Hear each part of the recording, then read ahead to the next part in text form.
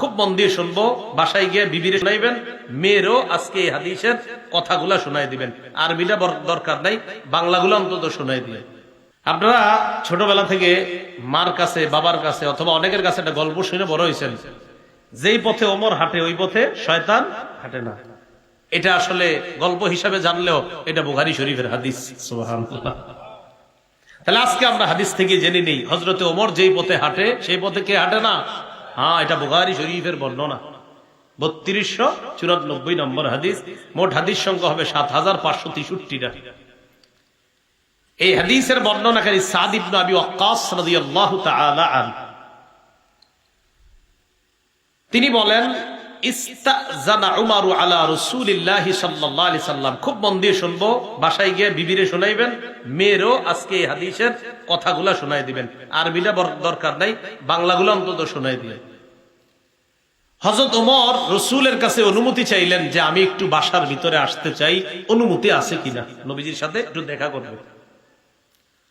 তো ভিতরে হযরত ওমর ফারুক যখন অনুমতি চেয়েছেন, তখন নবীজির সামনে ওয়াইনদাহু নিসাউম মিন কুরাইশ ইউকাল্লিমনা ওয়া ইস্তাকসিরনা আলিয়াতান আসওয়াতুহুন্না। রাসূলুল্লাহ সাল্লাল্লাহু আলাইহি সাল্লামের সামনে কিছু কুরাইশ নারী ছিলেন, যারা নবীজির সাথে কথা বলতেছিলেন এবং উঁচু আওয়াজে নবীজির সাথে কথা বলতেছিলেন। ইতিমধ্যে হযরত ওমর বাহির থেকে অনুমতি চেয়েছে, আমি ভিতরে আসতে চাই। আচ্ছা, কথাটা আপনাদের মাথায় আসছে না? কেমন হইতে পারে?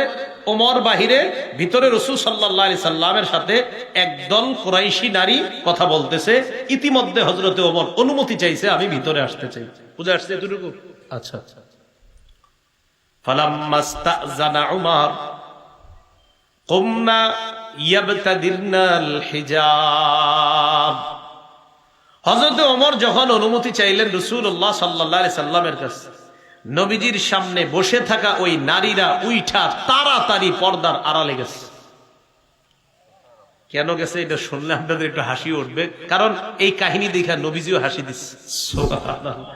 নারীদের এই যাওয়া দেখা স্বয়ং নবীজি হাসছে, তো আমি আর আপনি হাসবো না কেন? ফাআযিনা লাহু রাসূলুল্লাহ সাল্লাল্লাহু আলাইহি ওয়াসাল্লাম। হযরত ওমরকে আল্লাহর রাসূল ঘরে প্রবেশের অনুমতি দিলেন। হযরতে ওমর যখন ঘরে প্রবেশ করলেন, রাসূলুল্লাহ সাল্লাল্লাহু আলাইহি ওয়াসাল্লাম ইয়াদহাক। হযরতে ওমর ঘরে প্রবেশ করার সময় তাকায় দেখে আল্লাহর রাসূল হাসতেছেন। নবীজি হাসতেছেন। হযরত ওমর ফারুক চিন্তা করলেন, নবীজি হাসে কেন? তো নবীজিকে বললেন, আদহাকাল্লাহু সিন্নাকা ইয়া রাসূলুল্লাহ।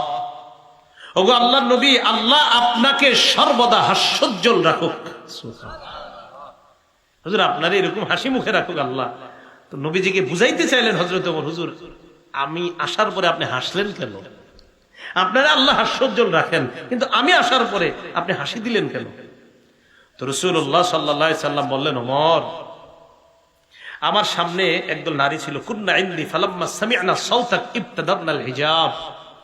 আমার সামনে যে নারীগুলা ছিল, যেই তোমার আওয়াজ শুনছে সবগুলা পর্দার আড়ালে দৌড় দিছে। এটা দেখে আমি হাসতেছি।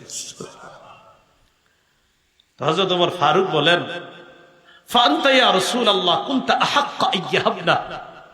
হুজুর আপনিই তো বেশি যোগ্য ছিলেন যে তারা আপনাকে বেশি ভয় পাওয়া দরকার ছিল, কেন ভয় পাইল?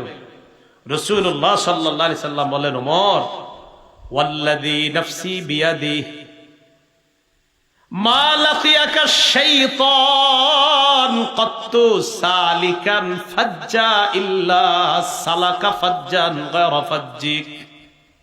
ওমর, তুমি যখন কোন রাস্তায় থাকো, শয়তান যখনই কখনো যদি তোমাকে ওই রাস্তায়, শয়তান যাওয়ার পর তোমাকে যদি কোনো রাস্তায় পায়, ওমর তুমি যখন কোন রাস্তায় থাকো আর সেই রাস্তায় যদি শয়তান তোমাকে পায়, তো শয়তান কি করে জানো? ইল্লা সালাকা ফাজ্জান গায়রা ফাজ্জিক। তোমার রাস্তাটা ছাইরা অন্য রাস্তা অবলম্বন করে, তোমার রাস্তায় শয়তান হাঁটে না।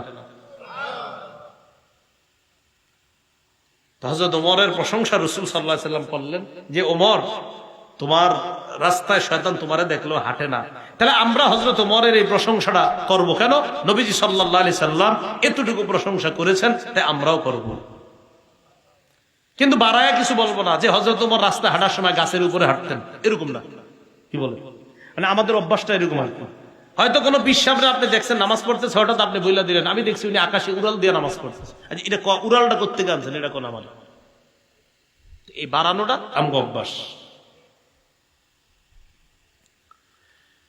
তাহলে হযরত ওমর ফারুক রাদিয়াল্লাহু তাআলা আনহুর একটা প্রশংসা রাসূলুল্লাহ সাল্লাল্লাহু আলাইহি সাল্লাম করলেন, যে প্রশংসার বর্ণিত হাদিসটা আমরাও এখন জানলাম।